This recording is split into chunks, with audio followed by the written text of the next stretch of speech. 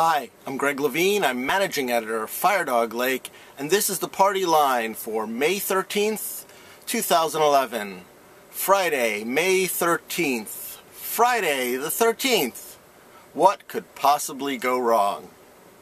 What could possibly go wrong is kind of the thought that runs through my mind every time I think about the ongoing nuclear disaster in Japan. For instance, just yesterday when we heard about the confirmation that there is indeed a hole in one of the reactor containment vessels, the one that we thought was in better shape, actually. What could possibly go wrong is something I think about when we heard this week that at a place called Browns Ferry in Alabama, a reactor there last fall had a safety threat that they called red category. Excellent movie, by the way. You should check it out. Basically, a valve that would take the heat out of the containment vessel during a shutdown probably wouldn't have worked. Because of a math error, actually. What could possibly go wrong there? Turns out it's a reactor very much like the one in Fukushima, Japan, and made by GE, just like ones all over the United States are. In fact, two other GE reactors within the last several months, we also found out this week, had lower level safety threats because they miscalculated the temperature that the cladding on the fuel rods would withstand. Crazy, right? I mean, what could possibly go wrong? Also, both of those GE reactors, GE supplied fuel cladding too. What could possibly go wrong is actually something that Germany is thinking about, because we recently found out that a commission there suggested that within the next 10 years they shut down all their nuclear reactors and phase out their dependence, obviously, on nuclear power. In fact, I get the feeling that even now, because something indeed went very wrong, Japan is starting to think what could possibly go wrong, because the government there has actually moved to shut down 3 reactors that they think are on sites that are especially dangerous because they lie close to fault lines or in tsunami zones without proper protection against the wave or adequate pumping facilities, and they are suggesting that that 3 reactors there get shut down. Who's not really thinking what could possibly go wrong, or perhaps more like I said it at the beginning, like what could possibly go wrong? That would be the United States. More on that in a second. I mean, think about it. There are 3 countries here, Germany, Japan, the United States. Which of those countries do you think is least dependent on nuclear power? The ones that have decided that they need to phase out their nuclear dependence on nuclear power, the ones that are going to shut down immediately some of their more dangerous reactors, or the one that went out multiple times right after the disaster in Japan started to reassure the nuclear industry that they are definitely part of that nation's energy future. Well, of course, duh, right? It's the United States. The United States gets about 20% of its electricity from nuclear power. Japan, something like 29%, Germany like 26%. But yet it's the United States who could really afford to give it up the most, who is going to make sure that they don't really give it up at all. In fact, we'll probably move to certify several reactors that are way past their lifespan sometime between now and the next election.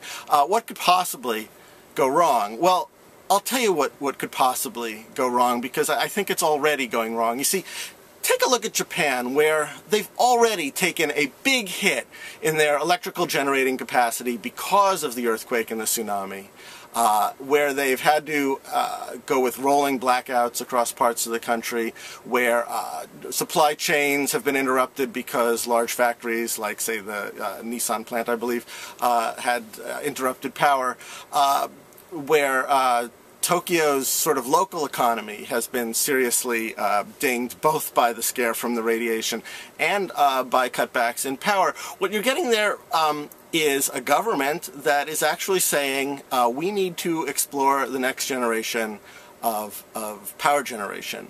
You're getting a population that, with the urging of the government, but also very much on their own, starting to do a lot of conservation. You're actually seeing a move to just conserve with the technologies available right now. The simple turning off of the light bulbs and doing things at different hours kind of stuff. But what you're also seeing in Japan is the beginning of innovation, a rather rapid sort of crisis mentality beginnings perhaps, of innovation for more energy efficient products. This is of course, one of the countries powered by the great consumer electronics boom, so that they're looking to develop products that require less electricity, and the government is also talking very openly about looking to develop more alternative energy, because don't forget there was a wind farm not far from the epicenter of the March quake that survived the quake, survived the tsunami, and continued to work just fine. Who is not taking hold of this crisis moment? That again would be the United States, who not only, alright, I'm going to dial back just a second. One of the great things, I've probably said this before, about the 2008 Obama campaign was their talk about the next generation of energy alternatives. America missed its chance. I mean, okay, I'm stumbling a little bit, but bear with me. Back during the 90s, think about how much our economy was fueled by the information technology revolution. Then think how we missed the boat on the genetic engineering revolution, because we basically had an anti-science president and a whole government that was frankly hell-bent on cutting back, for instance, the STELSEM lines that we needed to do the research, and funding to all kinds of laboratories all over the country that were going to invest in the stuff that was going to be the grounds for this great economy booster, the genetic engineering revolution, and we missed that boat. Those things are happening in other countries. We're not really going to reap the benefits of that revolution, not much. The next generation's great revolution should be the alternative energy, or the green energy, or the post-hydrocarbon revolution. And Barack Obama talked about that during the 2008 campaign. And, there were a lot of things I could quibble with, but that, I thought, he gets that. That's actually is how we fuel, pardon the pun, our comeback.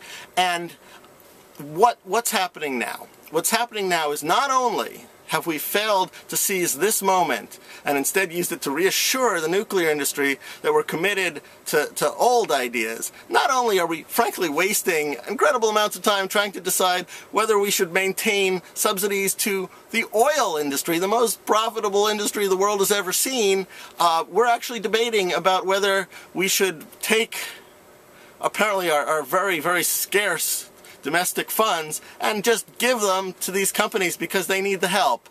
We're debating about that, and perhaps a little less visible, with all of this deficit hysteria, with all of this budget cutting, with all of this deal making with the deficit hawks, we are gutting what little money we did decide to invest in the future of green energy. There's a lot less of it now than there was in the budget, say, this time last year. And we owe that to a president who, what was it he said he was going to do? Oh yeah, he was going to win the future. No. Not winning. Not winning at all. Missing the future maybe. What could possibly go wrong? That's the party line. See you next week.